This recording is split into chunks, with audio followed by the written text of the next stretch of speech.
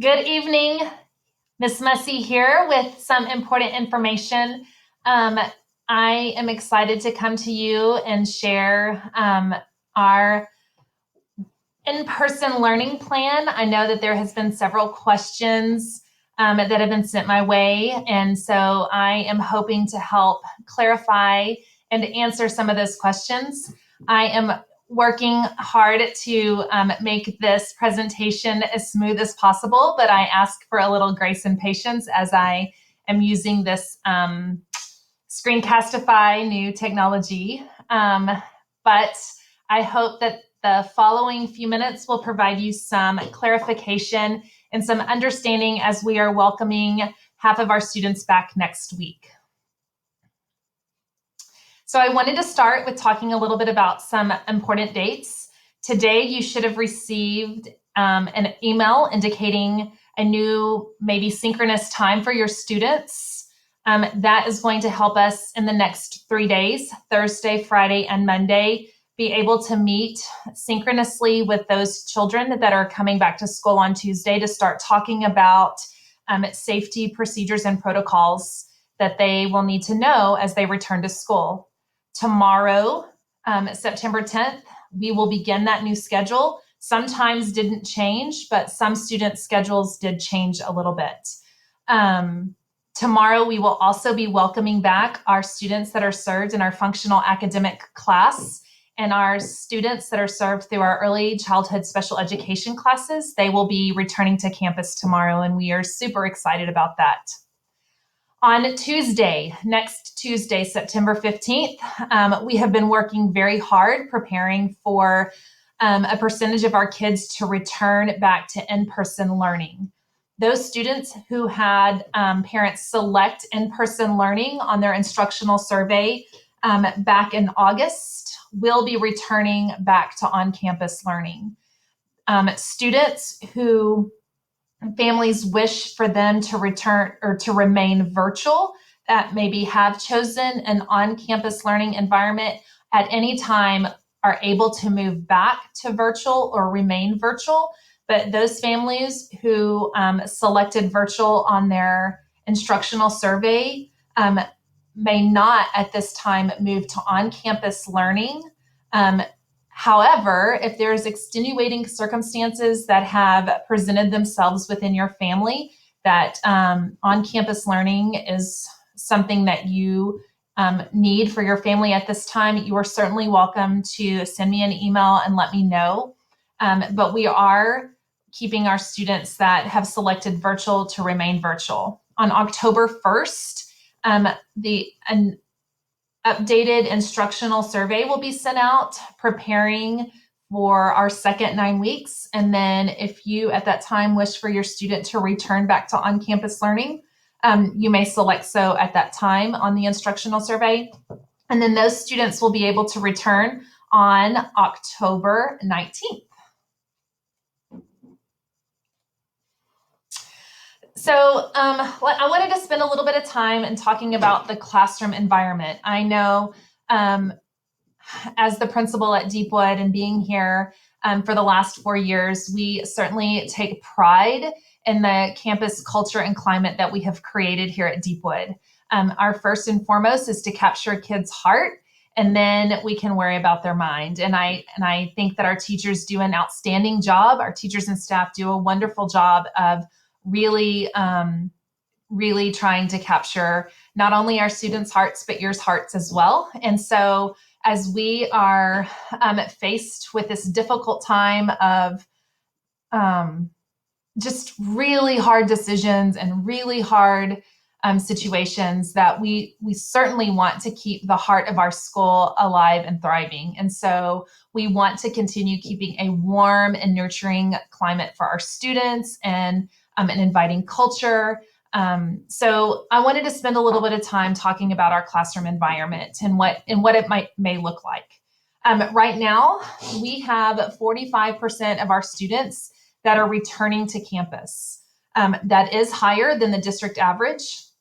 And so we have almost half of our kids coming back. What that's going to look like is, on average, we have about 7 to 11 students that are returning to in-person learning in each classroom. I know some of you have had a question about, is there a maximum number of students per class? There isn't a maximum number of students, but we're trying to do our very best to keep those numbers low to assist with social distancing and making sure we're keeping our students and staff safe. Something that might be a little bit different than what you've heard amongst Round Rock is Deepwood teachers are going to continue to teach both virtual and in-person learners. We feel very strongly that the classroom communities that we have been building since August 20th are pretty strong, and there's been relationships that have been formed with teachers and students and amongst peers. And looking at our numbers and looking at the size of our campus and how many kids we have coming back and how many students we have remaining in the virtual learning atmosphere, we've spent a lot of time talking about what's best for our kids, what's best for our teachers. And as we move forward, our teachers are going to remain both virtual and in-person teachers. We're hoping that will continue building the community between our kiddos that are staying at home and our kiddos that are in class to maintain that cohesive culture, and also just provide a really great learning experience for both groups of kids. Students will be able to interact socially with peers in their classroom. And I know that's another question that a lot of parents have asked is, how much social interaction are my kids going to get, and what's that safety going to look like? We're trying really, really hard to keep cohorts, groups, classes of kids together and not mix groups of kids as we transition back to school. I'm hoping as we get a little bit further into October that we can start lessening that a little bit. But for right now, as we return back to school, kids will be able to socially interact with the kids in their class. But we're not going to intermingle different groups of kids. All of the decisions that were made in trying to create this classroom and learning environment is really centered and based upon just trying to do what's best for kids, both academically and socially and emotionally. And I know since March 13th, when we've had kids on campus, the social emotional piece is extremely important, and we want to make sure we're doing what we need to do to address those needs. Let me talk a little bit about what instruction is going to look like for our learners that are returning to campus. So right off the bat, we're going to have the 30-minute social emotional lesson at the minimum. Some of our grades might do a little bit longer than 30 minutes, continuing to build that community with virtual learners. And what that's going to look like is it will just be one big group. The students that return in person will actually have their teacher teaching live while they have some of their peers joining them on the computer. And so really what that kind of is called is co-seating. And so we'll still have our in-person learners being able to engage with the virtual learners, but the in-person learners will be able to have the direct instruction from their teacher. All of our in-person learners are going to get 30 minutes of lunch. They will receive 30 minutes of recess. They will receive a 60-minute block for specials. And then 30 minutes of Dreambox and iStation. And so Dreambox is our math program and iStation is our reading program that the district has selected this year to really monitor the reading and math growth and progress and to identify skills and concepts that we need to address for individual students. And then for our in-person learners, that leaves a little over 4 hours of direct teaching and learning. And that is with their teacher in person receiving instruction. Our specials, art, music, and PE, and support classes, whether your child is receiving dyslexia support, maybe some services through special education or TAG, those will remain virtual as we transition back to school. It is our hope that we're going to be able to do that more of an in-person approach. But for right now, with only half of our kids returning, we have some of those students that are identified needing those different support services. Some are remaining virtual and some are joining us back at school. And so For a teacher to be able to serve both of them equitably, we're going to continue making those lessons virtual. And so it could be where one of our in-person students who receives dyslexia instruction will be able to join their fellow classmates that also receive dyslexia instruction in their classroom with the dyslexia service provider. And the same with our special education and our tag teacher. We're hoping to move to where they were going to receive more in-person instruction. But for right now, we're trying really hard to not have so much student movement amongst the building and putting them in various different learning environments. And so we're just really wanting to limit the exposure amongst different locations in the school. Our on-campus learners will receive direct instruction from their classroom teacher. Assignments will still be located in Schoology, and the district made the decision to use the learning management system of Schoology in case we ever need to go quickly back to a virtual learning environment. And it is my hope and my desire that once we get kids back in the building, we will never have to move to a virtual learning environment again. But I also am a realist and have to think about in a situation where I have either a student or a staff member that presents symptoms of the COVID, or if they've been diagnosed in having COVID, it will send us into a situation where we will have to either isolate classes or have students quarantine. And I know the district has a plan specifically for situations like that. You will receive, if your student is in a situation that has been around an individual that has either symptoms or has been diagnosed, you will receive information. You will receive notification, and we'll be very upfront with our communication of what that looks like. But we want to be ready at a moment's notice to have our students be able to go from in-person learning to virtual, and or from virtual back to in-person. And that's where the importance of having our kids maintain the knowledge and the access to Schoology comes into part. It's hard enough flipping back and forth from learning environment from virtual to in-person. And so maintaining the Schoology piece of it will help make that transition more seamless. And I want to just remind those of you who are remaining virtual, it is so important for students to show up on time to their synchronous learning opportunities. That time is so short and so limited that we have with your student. If you can make sure that they're to their small group and their whole group on time, and that they stay the whole entire time. We've had a few kids checking out of their small group early, and so they miss some of that instruction time. And it's such a limited amount of time that we have with our students that are remaining virtual. I just implore you to talk to your kids to make sure that they're showing up on time and staying the whole lesson.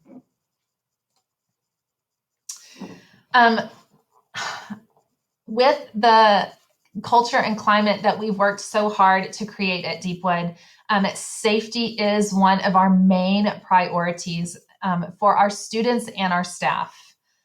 There has definitely been very specific procedures and protocols put in place so that we can get kids back on campus. But we also are asking for you to help with that. Each day, we're asking you to conduct a COVID-19 symptom assessment, and that is hyperlinked, and you'll be able to click on it with the PowerPoint that I share. And so you can just be familiar with it. And please do not send your child to school if they are presenting any of the symptoms. Like you and your child, our staff is doing the same type of a symptom assessment. Each day, every employee at Round Rock will do a self-assessment. And if we're presenting any of the symptoms, we will do our part to keep your children safe by staying home. Another hot topic is masks. And yes, we are required to wear masks. If you have a mask for your child, they can bring their own, or they can use one that's provided by Round Rock. We also are having plexiglass carols for our students in kinder through second grade to have. It's just an extra layer of safety precaution and measures that we can put in place for our youngest learners. We have installed hand sanitizing stations, water bottle filling stations throughout the campus.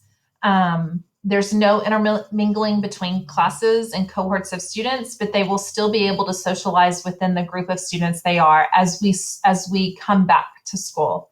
My kind of philosophy that I've always used is go slow to go fast. And so, of course, we have lots of safety precautions and measures in place because our utmost responsibility is the safety of our students and staff. Once we transition and we see that we're doing it successfully, then we can start looking at where we can maybe possibly have kids interacting with other kids and open up some of our safety measures. But right now, we really want to err on the side of caution and make sure we do everything that we can to keep our kids safe while continuing loving and educating them. I also included the Round Rock ISD video that they have explaining additional safety measures, and I highly suggest you watch it. I think it's very informative and gives lots of information about the exact things that we're doing to ensure the safety of all here at Deepwood. We are starting school at 7:40. That's when the bell rings. Our students are going to be in their classroom ready to learn. Our doors will open at 7:25, and I'm asking you not to drop off your children early because we want to ensure that they're being safe and they're social distancing like they should. And with no supervision taking place before 7:25, I ask that you wait and drop off your student after 7:25. Once they enter the building, they will go straight to their classroom. If they need breakfast, they can go to the cafeteria and pick up a grab-and-go breakfast and then make their way down to their classroom. One of the things that we're putting in place to help kind of crowd control and limit the access of kids to other kids is we're creating different entrances to the building. And so I'm going to show you a map of kind of the different places where kids can come in. And so, of course, our circle drive, that's exactly where everybody, if you're a car rider, everybody will still go through the circle drive and drop off their students. The only difference is that kinder and first graders will walk through the front doors. Second and fourth graders will walk through the door by the bike rack. And then our third and fifth graders will walk through the back door. We will have staff stationed along the sidewalks, helping students to go into the right door. Second and fourth graders are mostly in this main hallway, so they shouldn't be traveling through various parts of the building. And third and fifth graders are located in the back part, so they shouldn't be traveling very far as well. Buses and daycare drop-off will be the same. It will be in the back of the building. And so just know that it's a little bit different, but we will definitely have lots of staff helping our students get to where they need to be. Now, another piece that I would like to share that hurts my heart just a little because we have worked so hard to build really great relationships with our parents, and you are such a key and critical piece to the work we do here. But in the mornings, parents are not going to be allowed to walk their students to class. The district has made it very clear that unless you're essential to the business that's happening within the school building, visitors are not going to be allowed. And we'll talk a little bit more about that. But I just need to prepare you because I needed to prepare myself that we're not going to be able to have parents walk in students on Tuesday when they return. With dismissal, we're gonna kind of do a slow release. School is actually over at 2:55, but 5 minutes before the 2:55 bell, we're going to release walkers and bike riders so that they can leave and get out of the building and travel to where they need to be safely. So bikers and walkers, if you're in first or second grade, just like in the past, I'm so sorry. If you're in kinder and first grade, you're going to come out the door facing St. William's Drive. And so this is the kinder wing and this is first grade classrooms. And so we're going to just have those students who are walking home or riding a bike home, and even parents who typically park and walk up to get their student, we're asking for you to meet in this area facing St. Williams Drive. Now, parents, I'm going to ask you, if you're walking up to get your student, if you will make sure to have your face mask on, and please practice social distancing, because as we're trying really, really hard to teach your students to be safe here at campus, we are also trying to model that same behavior. And so I just ask for you to help us with that. If you are a second grader through fifth grader, you're going to, if you're riding your bike to school, this is how you leave. You're going to come out the door closest to the counselor's office and head straight to the bike racks. And if you are a walker, you are going to head back to the door by Miss Kirchner's room. And of course, we will have staff helping students get to where they need to be, and you're going to exit the building there. Again, this is just trying to help get kids out of the building without intermingling amongst the building and coming into contact with too many students at one time. Our bus and daycare students will exit out the back of the out the back of the school. Again, our policy this year for visitors is that it's going to be limited to those essential to the school operations.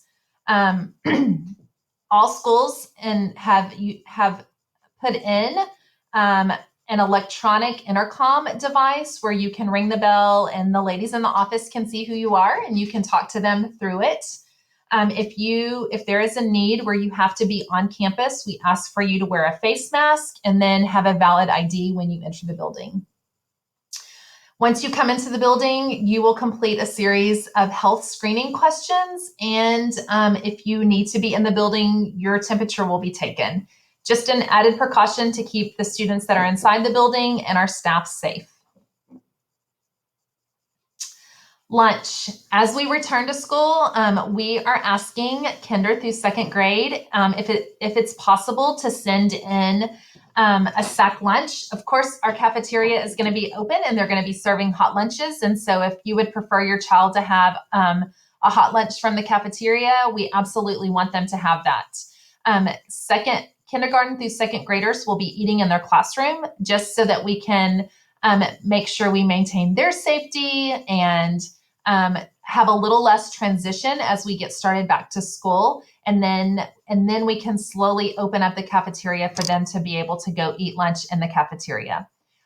The third grade through fifth grade students, they will be eating lunch in the cafeteria or gym. They will be socially distanced. They will be also in very separate groups so that the classes aren't really intermingling with one another. But they will be able to eat in the cafeteria. They'll be able to travel down, and of course they will be able to buy their lunch from the cafeteria, or if you would prefer them to bring their lunch, you are also absolutely welcome to send them with a lunch. Outside of our cafeteria, of course, we have sinks and hand washing stations located in our cafeteria, and then there's a hand sanitizing station that's located right outside the door of the cafeteria. And of course, we're going to remind kids to wash their hands, and make sure they keep them clean. So recess, all students will receive 30 minutes at a minimum of outdoor play. We've got some really great, we're so fortunate to have all the land that we have here at Deepwood. And so we're going to space students out.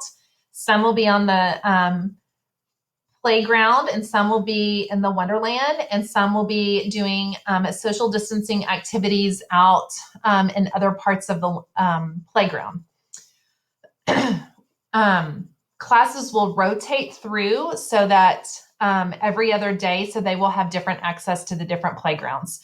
The playground equipment will be cleaned twice daily and will be sanitized, and we will do what we need to do to keep those clean. And students that go out to recess will stop by the hand sanitizing station before they go to recess. And then on the way in would be a good time for them to take a hand washing break and make sure their hands are clean as they're coming in. Of course, we're going to have kids wear masks outside at recess, and then we're also going to encourage social distancing while outside. But we do want kids to play and run and socially enjoy one another as well. But we will do what we need to do to keep kids safe and just remind them the importance of social distancing and wearing their mask and not putting their hands in their face. For specials, students will receive a block of time where specials teachers will go into the classroom.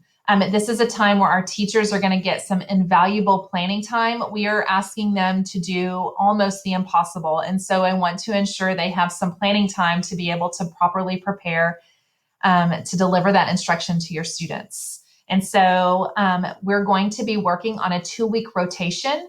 And so specials teachers will see 3 classes a day. I also worked really hard to limit the exposure that they have to students so that they will be seeing about 30 kids a day and not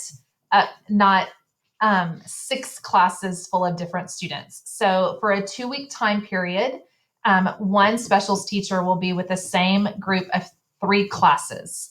Now, we've also, since we only have 4 specials teachers, we've added some additional staff to help cover those times. Miss Barr, our librarian, will also be providing some really great lessons as the librarian, while also still encouraging and teaching kids how to access the specials lessons. The specials lessons, art, music, and PE. I don't know if your children have had an opportunity to go into any of those asynchronous lessons, but our specials teachers are working really, really hard to provide some engaging activities for our students to do while working asynchronously. They will continue planning those lessons asynchronously. But for example, our art teacher, Miss Gonzer, if she's working with a class, she will deliver her art lesson in person.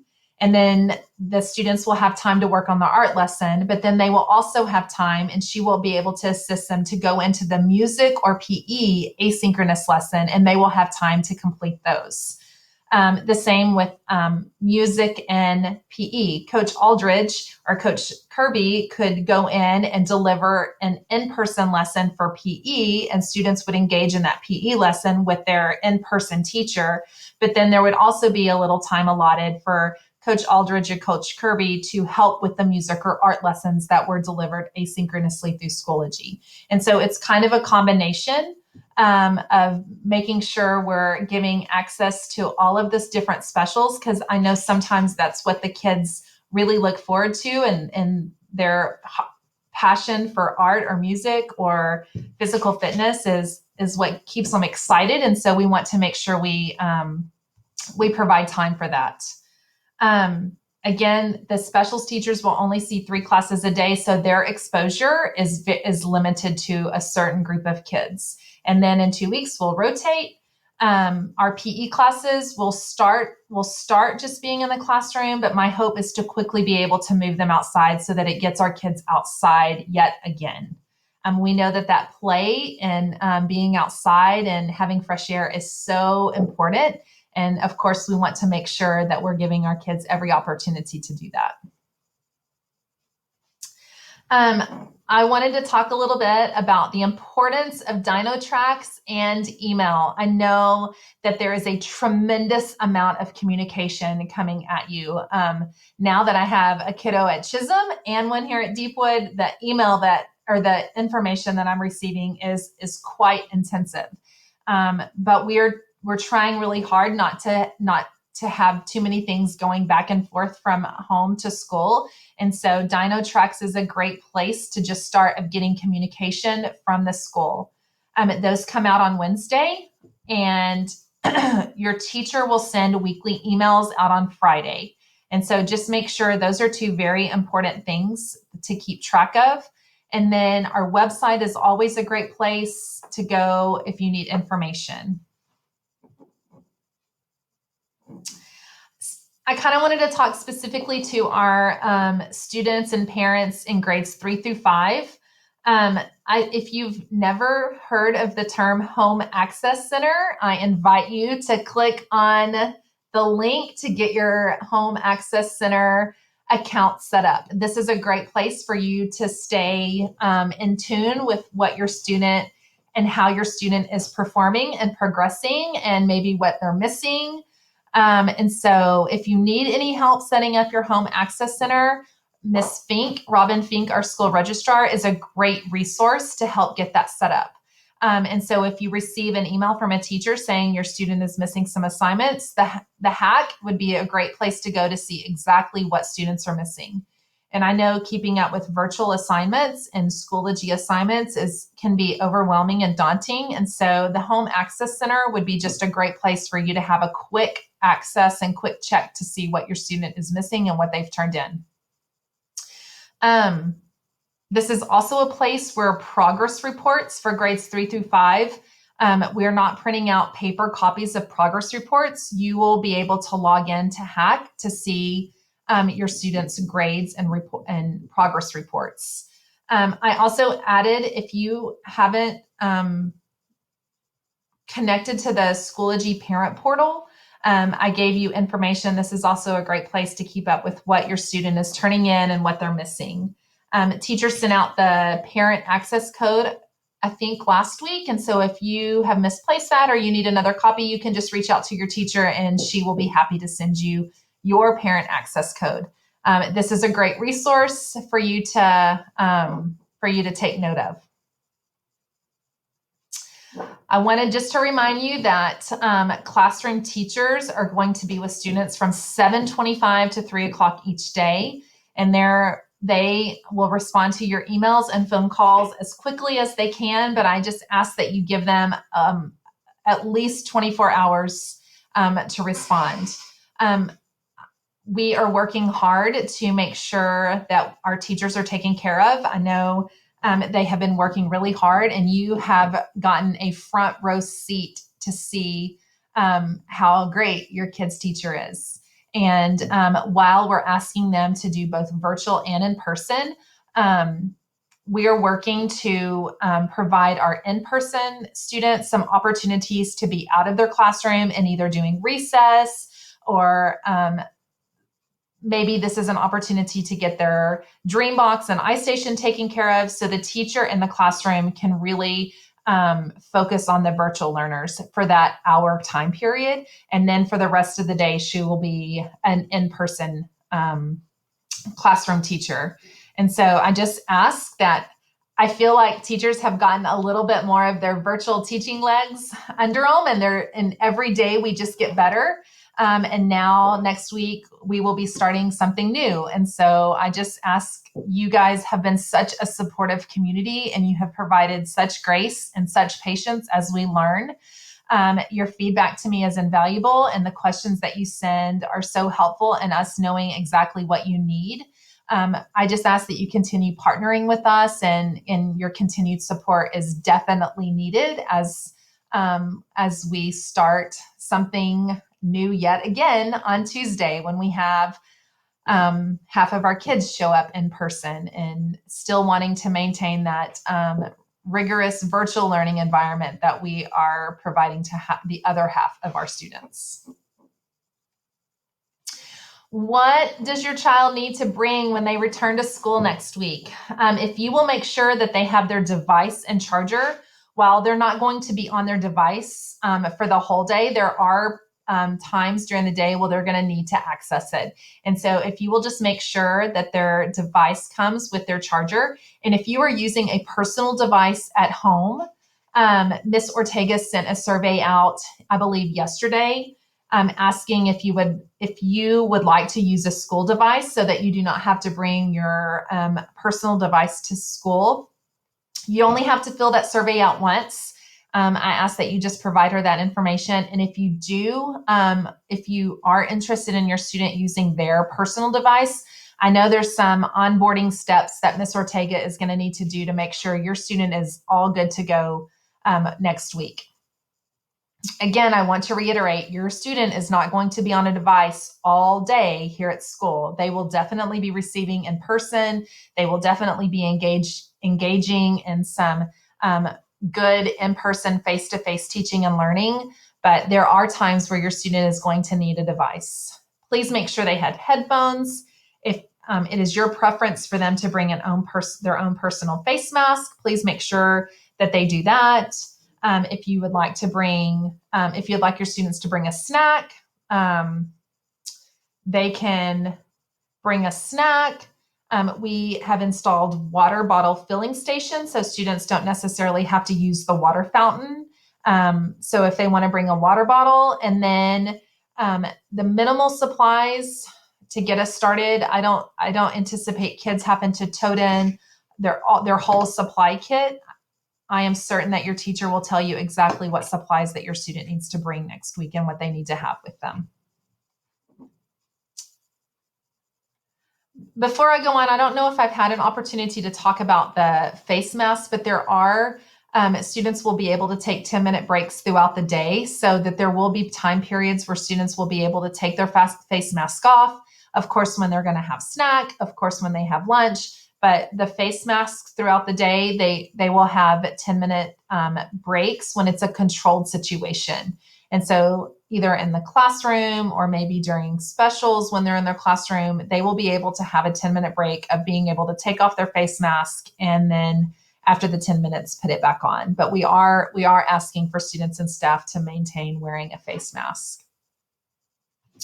There has been some questions about YMCA after school care. And yes, the YMCA is partnering with Round Rock to begin the after school childcare on September 28th. And they will adhere to the same safety procedures and protocol as Round Rock has put in place. And so those families who are returning to in-person learning that need YMCA aftercare know that that will be available on September 28th. This last part I wanted to share with you is what teachers will be using over the next couple of days to talk to our students that are returning about coming back to school, and how are we going to keep our friends safe, and how we're going to keep each other safe and our staff safe. And so I wanted to provide with you what your teacher will be providing to your students, so that you're aware of the language we're using and what we're trying to help our students to understand. It will be done over the next 3 days in the small group setting. And so if you want to help just reiterate some of these safety measures, we would certainly appreciate it. And that is really all the information I have. I am very excited about having kids back in the building. It has been certainly too long. I think that this is where kids need to be, but I also know I have a very important job to keep everyone safe. It has been very difficult. There has been lots of decisions and very, very strong opinions on where people stand. And so I just want you to know that we are working very hard to ensure that we will continue doing the very best for your child when you decide to send them back to Deepwood. If you have additional questions or thoughts, if you would like to reach out to me or email me, I'm happy to talk through and provide some clarification to anything that I talked about tonight. It's just going to be really great to have kids back in the school. It's going to be warm. It's not going to be cold. It's not going to feel like a very unhappy place. I want to see and hear joyful, happy learners engaged in critical thinking and working on their powerful reading and writing skills, and just really continue growing our learners. I miss you all. And if there's anything that we can do here at Deepwood to help you and your family, we are just right down the street. And so thank you so much. I know that this was quite a lot of information. I hope it provided some clarity. I hope it provided a little better understanding. And I cannot wait to see your smiling student next week.